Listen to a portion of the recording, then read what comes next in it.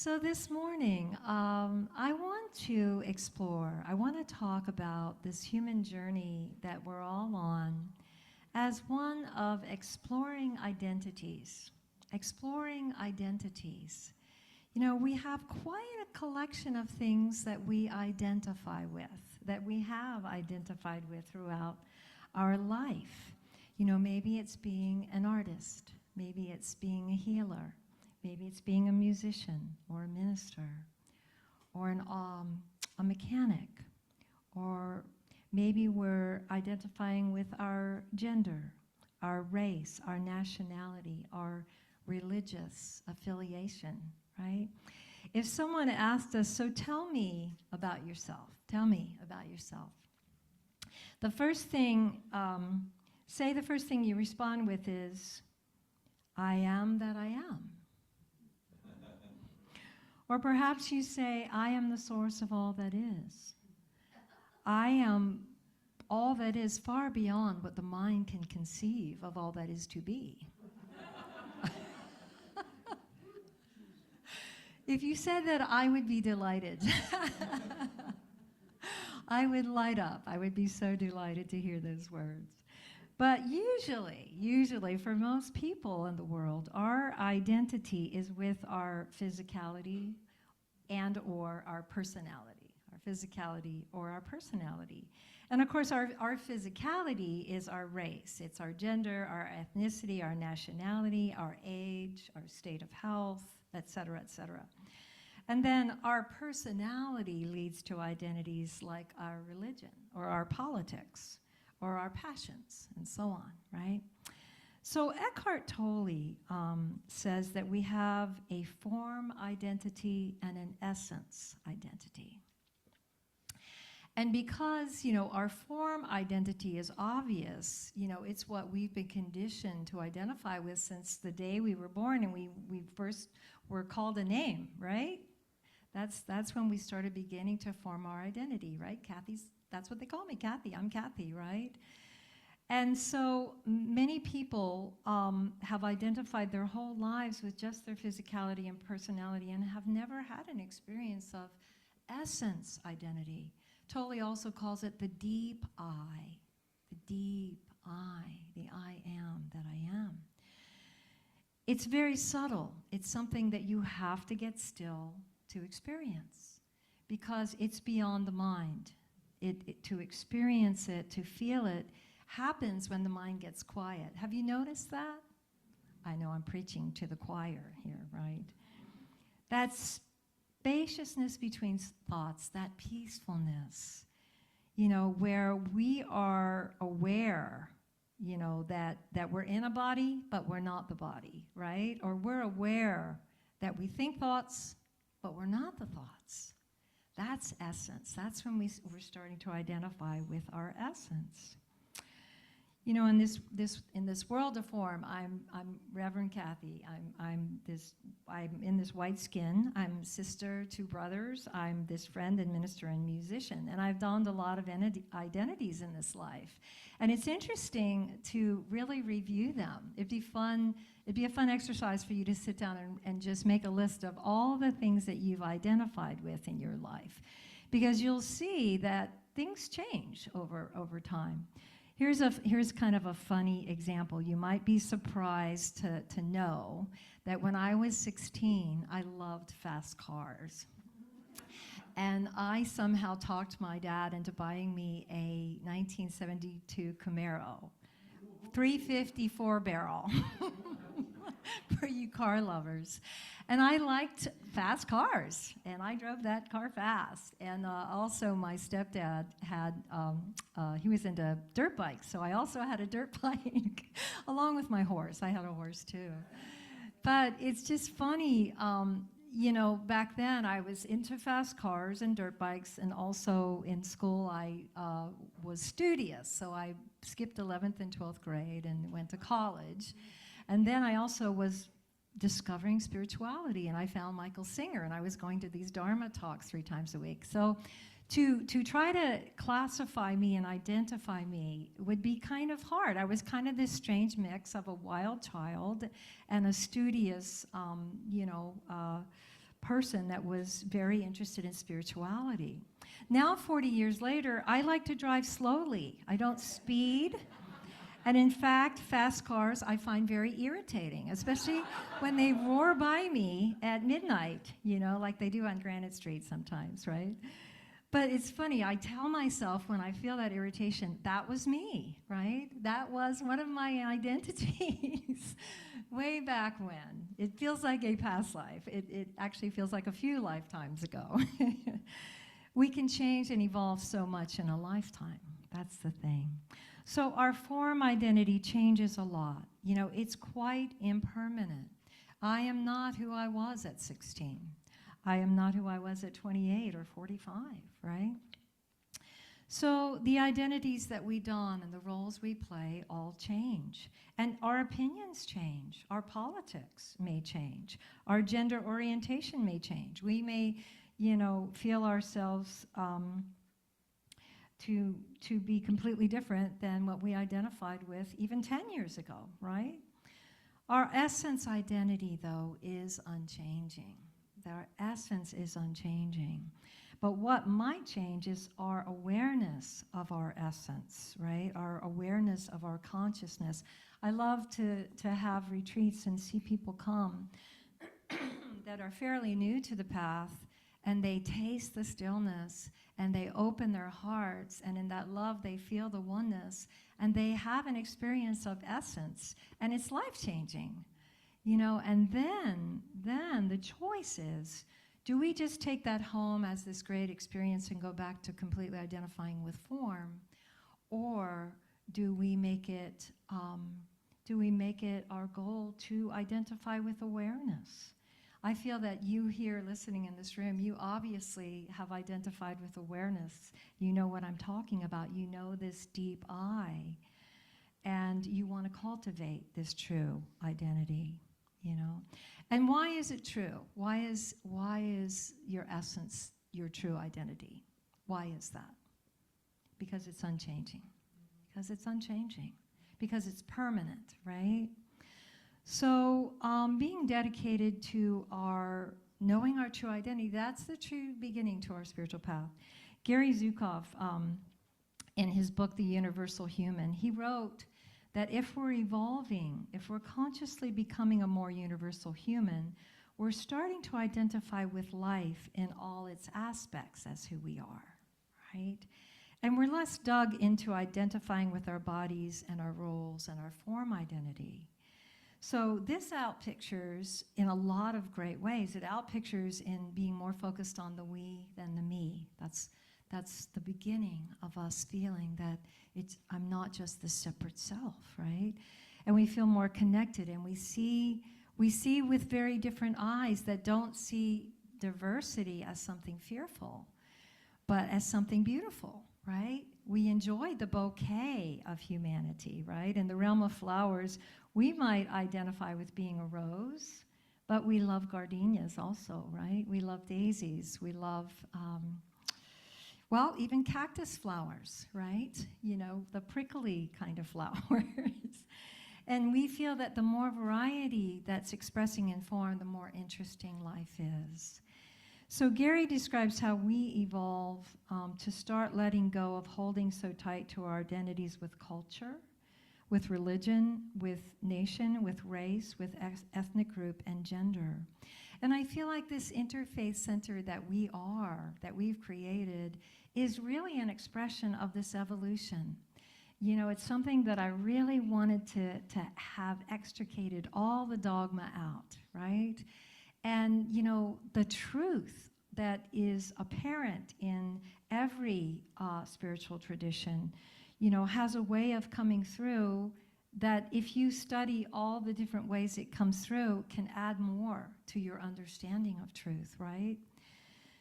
When you look at the roots of division on planet Earth, it has so much to do with holding tight to our form identity, right? My religion is right? And my religion is the only way. That view has caused a lot of suffering. Anybody notice that? Yeah. Yeah. One of the ways that countries keep, that countries will keep in ongoing conflict with other countries, for generations, is being identified with an ethnic group and passing down the hurt and the pain and the hatred, right? That's one of the ways we get so identified with our ethnicity.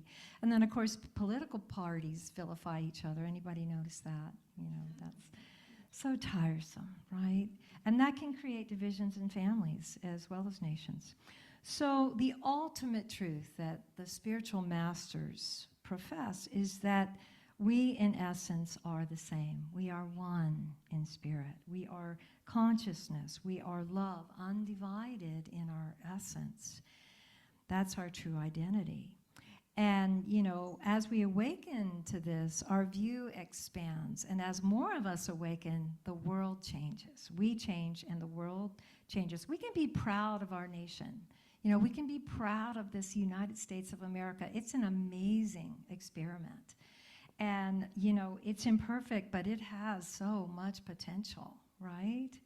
But we can also, at the same time, expand our view to feel more like we're citizens of Earth, right? We're citizens of planet Earth, and we want the whole world to thrive, to be well, to be healthy. We feel that we are all one human family, right? That's all part of ourself.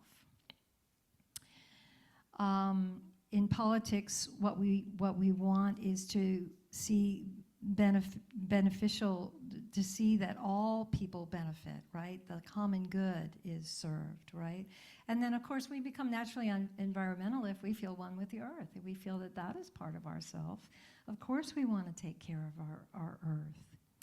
I spoke on 4 stages of consciousness, and verity consciousness is that consciousness that I am all races, I am all genders, I am all political views, I am all ethnicities, I am young, I am old, I am just born, right? I am all humans, plants, minerals, I'm the earth itself, I am the other billion planets in the universe, and I am also 10 billion universes. I am spacious, infinite being that can hold 10 trillion more universes, like the ocean holds a drop of water. That is transcending form identity. So our Earth School is playing in form. We actually are God playing in form, right?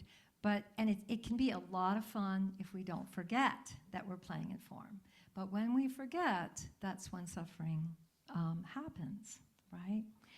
When my mom passed away, I talk about her. When she passed June last year, I felt her so, I just felt her presence so completely, especially for that first month after she passed. And I felt such a shift in her, like all the opinions, and the political views and kind of all that surface thought stuff. I just felt like it dissolved. It just dissolved. And who she was, I just felt her essence. And what I felt mattered to her soul essence, which I could feel so completely, was just love and forgiveness and healing. Those energies were so palpable in her. And so I really feel like when we leave a lot of that surface stuff and all those opinions, it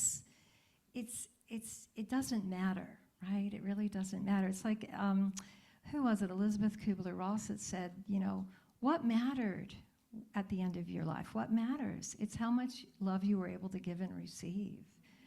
And I could really feel that in Mom's energy field.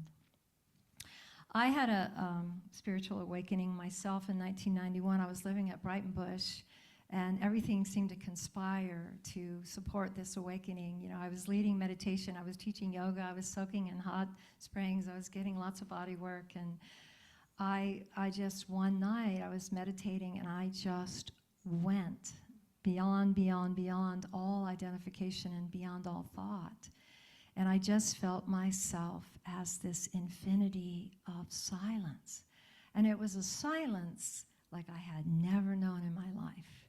It was living silence, and it was this infinity itself of silence. And I was that. There was no more Kathy Zavada. And after about 8 hours, I had the first thought. It was one thought that brought me back. I think it was, I have to go to the bathroom. It was more like the body. The body has to go to the bathroom. But for months after that, I was in that stillness. And, everyone around me could tell I was drastically changed. I was just in this stillness. It was very blissful.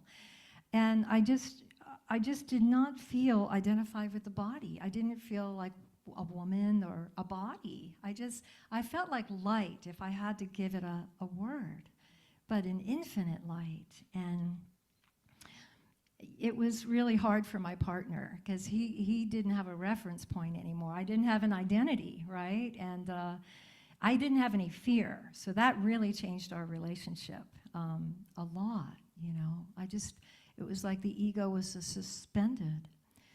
So that's when my spiritual journey, I'd say, really began. I think a lot of times we think awakening is the end all, spiritual awakening, but actually, I think it's the beginning. It's the beginning of a whole nother level, isn't it?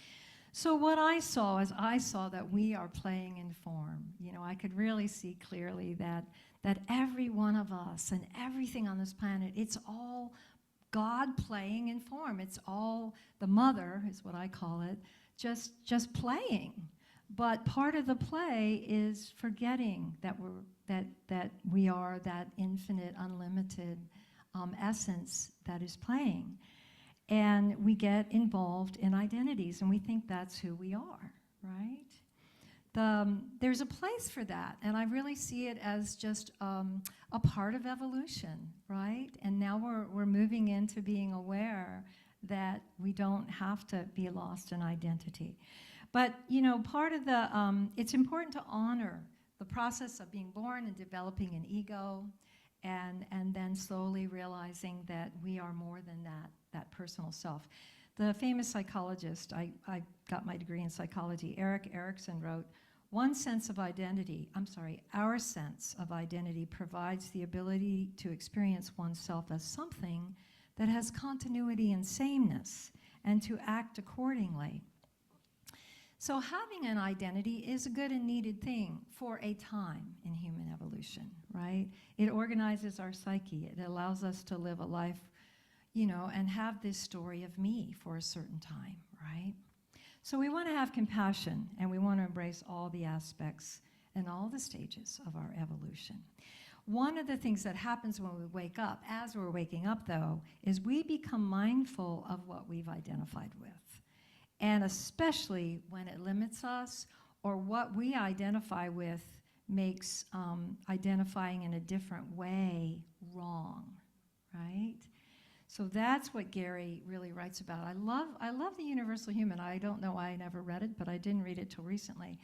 But he has chapters in the whole back of the book, like on beyond ethnicity, beyond race, beyond gender, beyond religion, right? And he writes, the soul does not see largeness or smallness. It does not see black, yellow, red, white, or brown skin. It does not see cultures that originate in the tropics or cultures that originate in the Arctic. It sees different expressions of beauty, just as it looks upon an alpine meadow filled with flowers of great beauty and diversity, and does not say, the purple ones are my people, right? Those that are not purple, though, those are less, and those are threats, right? So he's describing seeing from the soul versus seeing from the personality. It's the same thing, it's the same teaching from Eckhart Tolle, he just uses different words. He calls it seeing from the physical or the personality versus seeing from essence or the deep eye.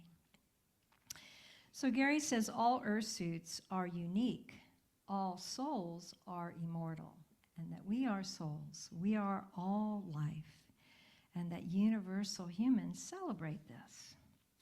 Well, I really love being part of the Unity movement. I've been singing in Unity and New Thought churches for 25 years. And I really see that this movement allows for spiritual evolution out of, rigid religious identity. because the ultimate truth cannot be owned. The ultimate truth cannot be owned. It is not the property of any religion. It is not the property of any institution. Yeah. And any religion claiming that their way is the only way, in my view, is a reflection of an obsolete paradigm that was used in the past to yield power and control over others. It makes me think of the beautiful friendship between the Dalai Lama and Desmond Tutu. Has anybody seen that documentary? They are so precious and adorable, and they they only see essence in each other. They see from the eyes of essence, and they behold radiant essence in the other, and they're so filled with joy, and they're just so happy. They were so happy when they were together. But there's a moment that's really a teaching, and it's really precious, where Desmond Tutu says to the Dalai Lama, "Too bad he's a Buddhist," right? And then he starts laughing, and the Dalai Lama goes, "Too bad he's a Christian." and then they just start guffawing. I mean, they're laughing. They're just practically spitting. They're laughing, and the whole audience is laughing. And it's just such a powerful teaching on recognizing the absurdity of identifying with your religion as better than the other one. So powerful. They're showing us in a playful way the limitations of religious identity, right? So they so beautifully, as all spiritual masters do, they show us how to transcend ethnic and religious identity. They show us how to transcend separateness and see all humans as family, all equal and worthy of happiness, right? So we can transcend. This is, I think, our journey as becoming universal humans, becoming citizens of Earth, is transcending beyond ethnic identity and national identity and political identity and identity with our body. We can still play and form and dress up our bodies, right, and have fun with our identities, as long as we can remember, and we're remembering who we really are, right? It's not bad to identify. It's only limiting, right? It only can be limiting. When we leave these bodies, we're going to leave these bodies. We're going to leave every role that we've ever played. We're going to leave every relationship we've ever had. And the life that we lived is going to really matter to those that we've touched. But then who and what are we? Then who and what are we? Are we not the energy of life itself? Are we not the Atman that returns to the Paramatman, right? The Hindu doctrine of reincarnation says, birth and death are doors by which you pass from one dream to another. So let us wake up from the dream. We can wake up while we're dreaming. It's a lot more fun to be awake in the dream. Lucid dreaming, right? We can reside in our widest identity, and when we do, we live here in peace. We live here in joy. And we know our true identity as undying. And when we really know that, we do not fear death. We do not fear death. So let us live with our hearts wide open and have great compassion for when we do get lost in this identity, okay? That's just part of the play, right? It's just part of the play to get lost, because then it's a lot more fun when you find yourself, when you wake up, right? So thank you, everyone, for your radiant essence. Thank you so much. Om Shanti.